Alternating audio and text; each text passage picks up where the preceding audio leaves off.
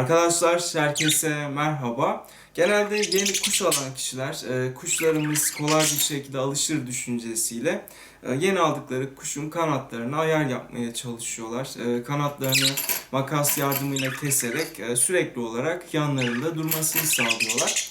Aslında bu kuşların alışmasını kolaylaştırmaktan ziyade daha çok kuşlara zarar veriyor. Şimdi sizlere kanat kesiminin kuşlara olan zararlarından bahsetmek istiyorum. İlk olarak sağlığa olan zararları var arkadaşlar. Kuşların kanatlarında, tüylerinde kan ve oksijen dolaşımı vardır. İşte biz bu güzel kanatları kestiğimiz zaman genelde kanatları çekiyorlar ya da kanatların şu uç kısımlarından arkadaşlar makas yardımıyla kesiyorlar. Bunları kestiğimiz zaman kuşların kanatlarında olan oksijen ve kan dolaşımı azalıyor. Bunun sonucunda da kuşun metabolizmasında bozukluklar görülebiliyor. Bu tüyler yeniden çıkarken eski kesmiş olduğunuz tüyler kökünden düşüyor ve ondan sonra yenisi çıkmaya başlıyor. Ve bu tüylerin değişim süreci de gerçekten çok uzun süre alıyor. Yani 2 ay gibi bir sürede gerçekleşiyor. İşte o yeni tüyler çıkarken de kuşun yemlerden ve yemiş olduğu diğer besinlerden vücutlarına almış olduğu vitaminler doğrudan kanatlara, tüylere gidiyor. Yani kuşun vücudu beslenemiyor. Tüylerin yenilenmesi için çalışıyor vücut tamamen. Bu durumda da kuşumuzda zayıflık görülebiliyor. Diğer bir zararı ise arkadaşlar, kuşun kanatlarını kestiğimiz zaman kuş uçamadığı için kanat egzersizi yapamıyor. Ve bunun sonucunda da kuş zaman içerisinde yağlanmaya, kilo almaya başlıyor. Biliyorsunuz kuşların sağlıkları açısından belli aralıklarla uçması gerekiyor evin içerisinde ya da saldığınız yerlerde uçması gerekiyor. Kanadı kesilen kuşlar uçamadığı için zaman içerisinde yağlanıyorlar ve bunun sonucunda da çeşitli hastalıklara kapılıyorlar. Gerçekten kanat kesimi kuşların sağlığı açısından çok zararlı bir durum. Kesmenizi tavsiye etmiyorum. Bağışıklık sistemi zayıfladığı için çok kolay hasta oluyorlar. Psikolojileri ciddi derecede etkileniyor. Psikolojik etkileri zaten bir yana tek başına bile kuşun ölümü için yeterli olabilir arkadaşlar. Psikolojik olarak kuşların özellikleri nedir? Yani neden kuş deriz kuşlara? Uçabildikleri için, bizden farklı olarak uçma özellikleri oldukları için onlara kuş diyoruz ve kuş grupları olarak adlandırıyoruz. İşte kuş türleri olarak çeşitli kuşları, kanatlı olan grupları adlandırıyoruz. Onların da bu en temel özelliklerini elinden aldığımız zaman kendilerini maalesef kötü hissediyorlar. Psikolojileri bozuluyor. Hayata küsüyorlar. Kafes içerisinde sessiz bir şekilde oturuyorlar ve size olan ilgileri de aynı şekilde azalır. Çünkü onun elinden en değerli özelliğini alıyorsunuz arkadaşlar. Buna şöyle örnek vermek istiyorum.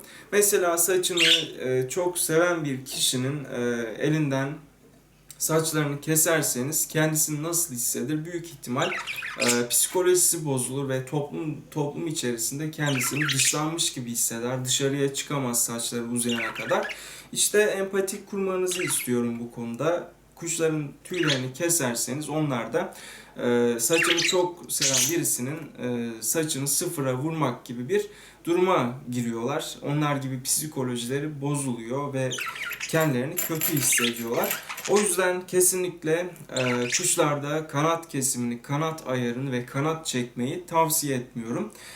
Fiziksel sonuçlarına değinecek olursak, kuşların tüylerini arkadaşlar buradan kestiğiniz zaman çok kötü bir görünüm oluşuyor. Kuşun tüyleri yamuk yumuk oluyor. Yürüdüğü zaman tuhaf bir görüntüsü oluyor. Ve bu tüyler dökülerek yeniden çıkmaya başladığında da hepsi farklı bir sürede çıkacağı için arkadaşlar tüyde bozukluklar meydana geliyor. Şu anda mesela pastelin tüylerine bakacak olursak bu da oyuncağından ayrılmıyor arkadaşlar böyle. Kafesin içinde de böyle oyuncağıyla birlikte dolanıyor. Bakın hiç bırakmaz, ayaklarıyla sımsıkı tuttu şu anda. Hatta ne olduğunu da şaşırdı şu anda. Seni çekiyoruz pastel, ünlü oldun. Bakın şu anda pastelin kanatları dümdüz, yani çok güzel görünüyor, parlak görünüyor. İşte bu tüyler gittiği zaman yenisi çıkarken elimi ısırdı. Yenisi çıkarken bozukluklar meydana geliyor. Hepsi farklı süre içerisinde çıkacağı için tüylerde bozukluklar oluyor. Bir kısmı kel kalıyor. Bir tarafında böyle yamuk, olağan dışında, yani olağan çıkma yeri dışında tüy çıkıyor. Farklı yönlere sapıyor bu tüyler ve çok kötü bir görünüm oluşuyor arkadaşlar. O yüzden hem kuşun sağlığı açısından hem psikolojisi hem fiziksel olarak sizin açınızdan da tüy kesimini kesinlikle tavsiye etmiyorum.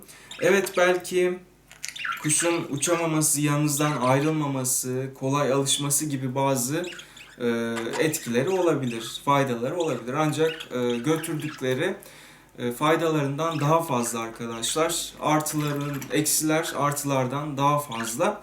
Bunu göz önünde bulundurmanızı istiyorum. Yani faydalarını bir kenara bırakın, daha çok zararlarına odaklanın.